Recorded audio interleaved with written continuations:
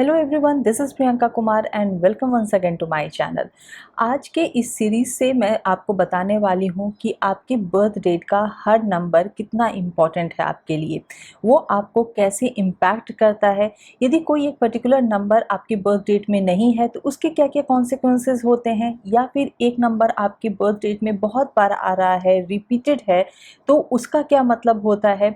और यदि आपके बर्थ डेट में एक कोई पर्टिकुलर नंबर नहीं है तो उसकी एनर्जी को हम कैसे पा सकते हैं। तो इन सभी बातों के बारे में मैं आपसे बात करूंगी इस सीरीज में। तो इस वीडियो को एंड तक ज़रूर देखिएगा। आपको यदि वीडियो अच्छा लगे, यूज़फुल लगे, तो इसे लाइक कीजिएगा, अपने फ्रेंड्स और फैमिली के बीच में शेयर ज़रूर कीजिएगा। अभी तक सब्सक्राइब नहीं किया है मेरे चैनल को तो सब्सक्राइब कीजिए। और यदि आप मुझसे न्यूमरोलॉजी कंसल्टेशन चाहते हैं तो मेरे व्हाट्सएप नंबर के थ्रू या फिर मेरे वेबसाइट numberworks.com के थ्रू आप मुझसे कंसल्ट भी कर सकते हैं। तो आइए इस सीरीज़ का जो फर्स्ट वीडियो है उसे शुरू करते हैं नंबर 1 से। यानी कि यदि आपके डेट ऑफ बर्थ में कहीं भी नंबर 1 आता है तो उसका क्या मतलब होता है। मैंने आपको बार बार बताया हुआ है अपने वीडियो में कि 1 नंबर होता है सन का, और सन को हम एक किंग की तरह मानते हैं, राजा की तरह मानते हैं। सन की जो क्वालिटी होती है, सन एक जगह रुका हुआ रहता है, स्टैग्नेंट रहता है, और उसके चारों तरफ सारे प्लैनेट्स घूमते हैं। सन हमें डिसिप्लिन सिखाता है, सन हमें अथॉरिटी सिखाता है, सन हमें लीडरशिप सिखाता है। सनशाइन से ही सभी को रोशनी मिलती है, सूरज की रोशनी से ही हम सभी को रोशनी मिलती है। तो वो हमें एक देने का एटीट्यूड दिखाता है, जो कि एक राजा होता है जो दूसरों को देता है, लेता नहीं है। काइंड हार्टेड होना, अथॉरिटी होना, पावरफुल होना, लीडर बनना, डिसिप्लिन्ड होना, ये सारी चीज़ें हमें सन से सीखने को मिलती हैं, और ये सारी चीज़ें हमें सन की एनर्जी के थ्रू ही मिलती हैं।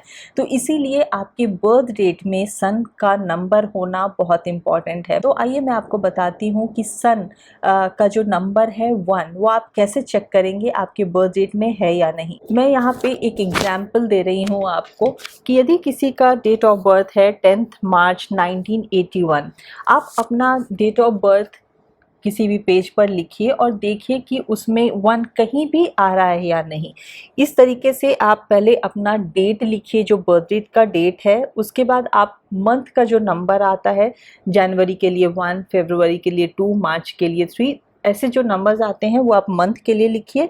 और फिर आप ईयर लिखिए, जिस ईयर में आप बॉर्न हुए हैं, और उसके बाद उन सभी को ऐड करके उसका टोटल कीजिए। और यदि वो डबल डिजिट में आता है तो आपको उसे फर्दर ऐड करना है। यहाँ जैसे मैंने आपको करके दिखाया हुआ है, 2 + 3 = 5। इन सभी को जो ऐड करके 23 आता है, उसको फर्दर ऐड किया है, 2 + 3 = 5।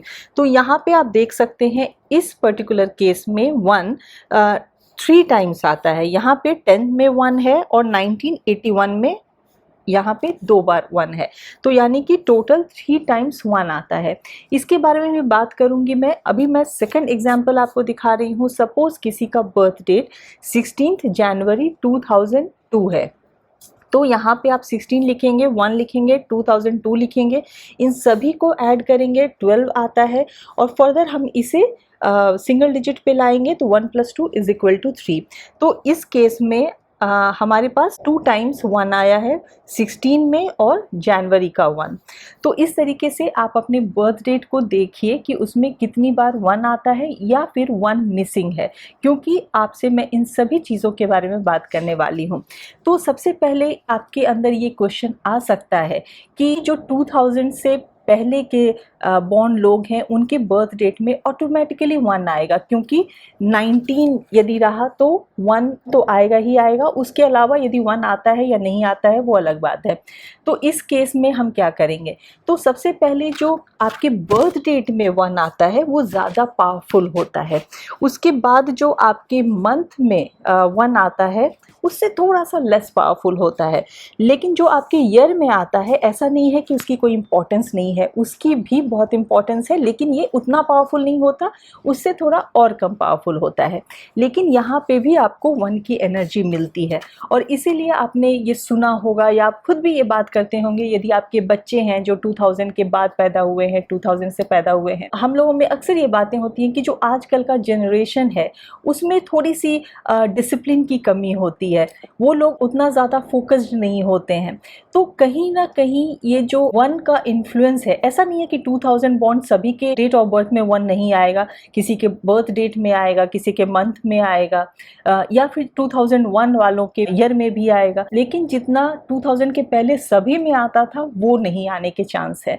तो इसीलिए कहीं ना कहीं वो माइंडसेट हो जाता है कि जो न्यू जनरेशन है शायद वो उतना डिसिप्लिन नहीं है। ऐसा नहीं है कि यही एक रीज़न है, this could be one of the reasons. तो ये भी एक कहीं ना कहीं पर्सनालिटी में आ ही जाता है।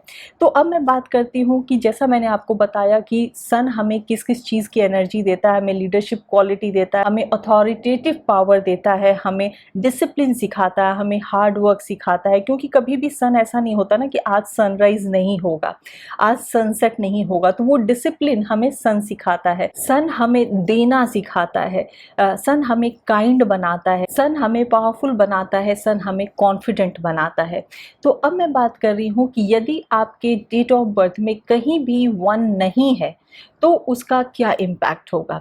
यदि आपके डेट ऑफ बर्थ में कहीं भी 1 नहीं आता है तो हो सकता है कि आपकी लो सेल्फ एस्टीम हो सकता है कि आप में कॉन्फिडेंस लेवल की कमी हो, आप बहुत ज़्यादा एक्सप्रेसिव नहीं हो, अपने बात को ज़्यादा अच्छे तरीके से नहीं रख पाते हैं। क्योंकि यदि सन की एनर्जी आपको मिलती है तो आप बहुत ज़्यादा एक्सप्रेसिव भी होते हैं, अब अच्छी कम्युनिकेशन हो पाती है, आप अपने आप को दूसरों के सामने अच्छे से रख पाते हैं, आप क्या चाहते हैं ये दूसरों को आप समझा पाते हैं। लेकिन यदि 1 की एनर्जी नहीं मिलती है तो आप लेस एक्सप्रेसिव हो जाते हैं, आप अपनी मन की बात नहीं बता पाते हैं, या बहुत बार होता है कि आप जो बोल रहे हैं लोग उस पर ट्रस्ट नहीं करते हैं, थोड़ा ना कहीं ट्रस्ट इश्यूज आ जाता है, या फिर लोगों को लगता है कि आप बहुत ज़्यादा बखान कर रहे हैं, जो बात सच नहीं है आप वो बोल रहे हैं।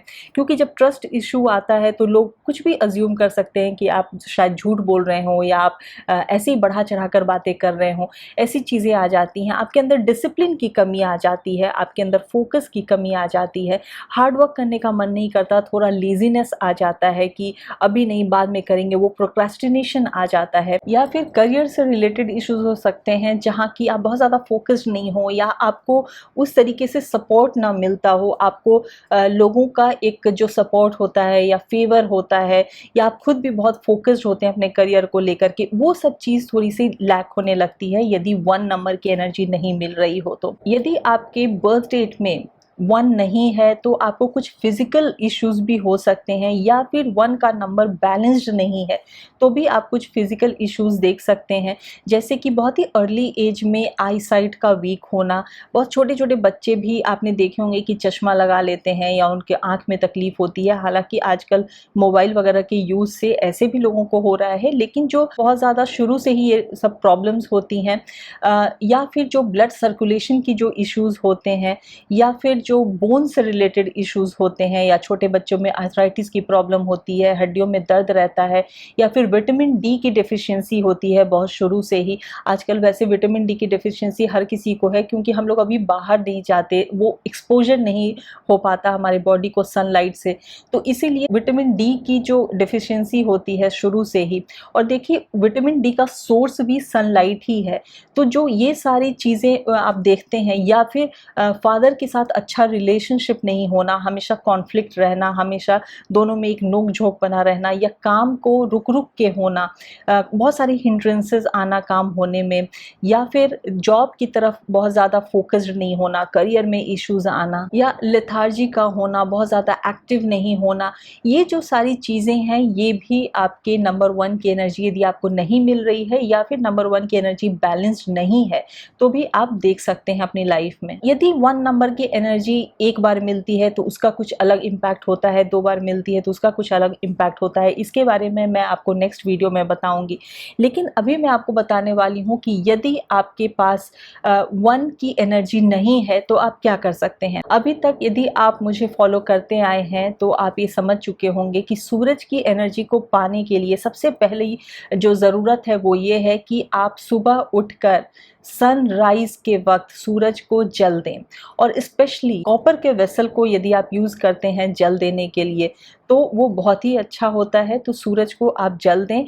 यदि आप बाकी के दिन नहीं भी देना चाहते हैं तो ये ज़रूर कोशिश कीजिए कि आप संडे के दिन एटलीस्ट सूरज को जल दें, और इससे देखिएगा कि ऐसा नहीं है कि बहुत ही क्विक रिजल्ट आपको मिलेगा, लेकिन स्लो बट सर्टेन रिजल्ट आपको ज़रूर मिलेगा, और आपकी लाइफ में जो एक डिसिप्लिन आएगी वो आप खुद चेक करेंगे कि आपकी लाइफ में एक डिसिप्लिन आने की वजह से कितने सारे चेंजेस आ रहे हैं। नेक्स्ट है कि आप सूर्य नमस्कार ज़रूर करें। जो भी मैं आपको ये टिप्स देती हूँ उसके पीछे कहीं ना कहीं कुछ लॉजिक भी होता है। बिना लॉजिक के कोई साइंस काम नहीं करती है, तो इसीलिए न्यूमरोलॉजी में भी बहुत लॉजिक है। तो जब आप सूर्य नमस्कार करते हैं तो आप फिजिकली भी फिट रहते हैं, आपके लाइफ में एक डिसिप्लिन आती है, और जब आप फिजिकली फिट रहते हैं तो आप ज़्यादा फोकस्ड होते हैं, आप ज़्यादा कंसंट्रेट कर पाते हैं अपने काम में। तो इसीलिए सूर्य नमस्कार करना बहुत इम्पॉर्टेंट है, उससे आपको सन की एनर्जी मिलेगी। ऐसा नहीं है कि आपको बहुत ज़्यादा करना है, आप स्टार्ट कीजिए कम से, आप 11 बार कीजिए या जो भी आपके हिसाब से सही लगता है, कम से स्टार्ट करके धीरे धीरे इंक्रीज़ कीजिए, लेकिन ये आपके लिए बहुत बेनिफिशियल होगा। थर्ड टिप है कि आप अपने मील के बाद में थोड़ा सा गुड़ ज़रूर खाइए, और स्पेशली यदि आप संडे को गुड़ खाते हैं तो वो आपको सन की एनर्जी देता है। अगेन मैं आपको बार बार कहती हूँ कि ऐसा नहीं है कि आपने एक दिन खाया और आपको कुछ फ़र्क दिखने लगेगा, वो अपने हैबिट में लाना होगा। यदि आप डायबिटिक हैं या आपको कोई भी तरह की एलर्जी है या कुछ भी आपको इश्यूज़ हैं तो ऑब्वियसली आप अपने डॉक्टर से कंसल्ट करके खा सकते हैं, लेकिन गुड़ खाने से भी आपको सन की एनर्जी मिलती है।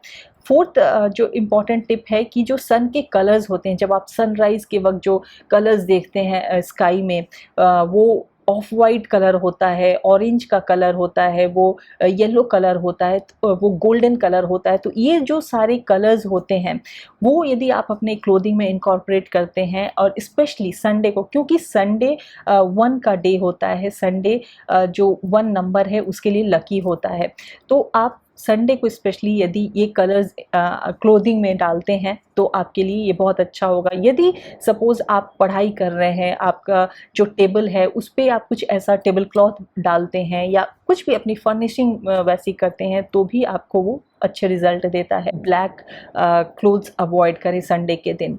नेक्स्ट इम्पॉर्टेंट टिप है कि संडे के दिन स्पेशली आप अल्कोहल से या फिर जो गैम्बलिंग वगैरह होती है, जब मैं गैम्बलिंग बोलती हूँ तो बहुत सारे लोग कंफ्यूज हो जाते हैं कि आजकल कौन गैम्बलिंग करता है। गैम्बलिंग से मतलब होता है कि जो कहीं भी जो एक स्पेक्यूलेशन बिजनेस होता है, जहाँ पे कि आप कुछ स्पेक्यूलेशन कर रहे हैं, हार्ड वर्क बहुत ज़्यादा नहीं जाता, उस तरह की चीज़ों से आप अपने आप को दूर रखिए, स्पेशली संडे को, तो वो भी आपको सन की एनर्जी देता है। नेक्स्ट है कि यदि आप कर सकते हैं, फॉलो करते हैं, आप हिंदू रिलीजन को मानते हैं, तो आप गायत्री मंत्र पढ़िए, उससे भी आपको सन की एनर्जी मिलेगी। नेक्स्ट टिप है, जो भी आपकी लाइफ में फादर फिगर हैं, फादर इन लॉ हैं, किसी के लिए बड़ा भाई भी फादर के समान होता है, ब्रदर इन लॉ, ब्रदर, कोई भी जो भी ऐसे लोग हैं, या आपके टीचर हैं या आपके मेंटोर हैं जो आपके फादर फिगर के समान है, उनकी रिस्पेक्ट करना, उनकी कभी भी डिसरिस्पेक्ट नहीं करना। ऐसा नहीं है कि वो सामने सुन रहे हैं तभी, उनके पीछे भी कभी भी बुराई नहीं करना, डिसरिस्पेक्ट नहीं करना, इस चीज़ को हमेशा ध्यान रखिए। ये भी आपको बहुत बेनिफिट देगा सन की एनर्जी को पाने में। तो ये सारी कुछ बातें थी जिससे कि आप अपने लाइफ में सन की एनर्जी को पा सकते हैं। यदि आपके पास नंबर 1 नहीं है डेट ऑफ बर्थ में, या फिर यदि आपको लग रहा है कि कहीं ना कहीं 1 की एनर्जी बैलेंस्ड नहीं है आपके लाइफ में, कुछ ना कुछ प्रॉब्लम्स जो मैंने आपको बताए वो हो रहे हैं, तो भी आप इन सारी चीज़ों को इम्प्लीमेंट करके नंबर 1 की एनर्जी को पा सकते हैं। मैं नेक्स्ट वीडियो में आपको बताऊंगी कि यदि आपके डेट ऑफ बर्थ में नंबर 1 एक बार आता है उसका क्या मतलब होता है, 2 बार आता है उसका क्या मतलब होता है, 3, 4, 5 बार आता है उसका क्या मतलब होता है। तो इस वीडियो को भी आप लाइक और शेयर ज़रूर कीजिए, और नेक्स्ट वीडियो को देखना मत भूलिएगा। नीचे अपने कमेंट्स लिखिए, और यदि अभी तक चैनल को सब्सक्राइब नहीं किया है तो प्लीज़ इसे सब्सक्राइब कीजिए। मैं नेक्स्ट वीडियो में फिर आपसे मिलूंगी। Till then take very good care of yourself and thank you for watching.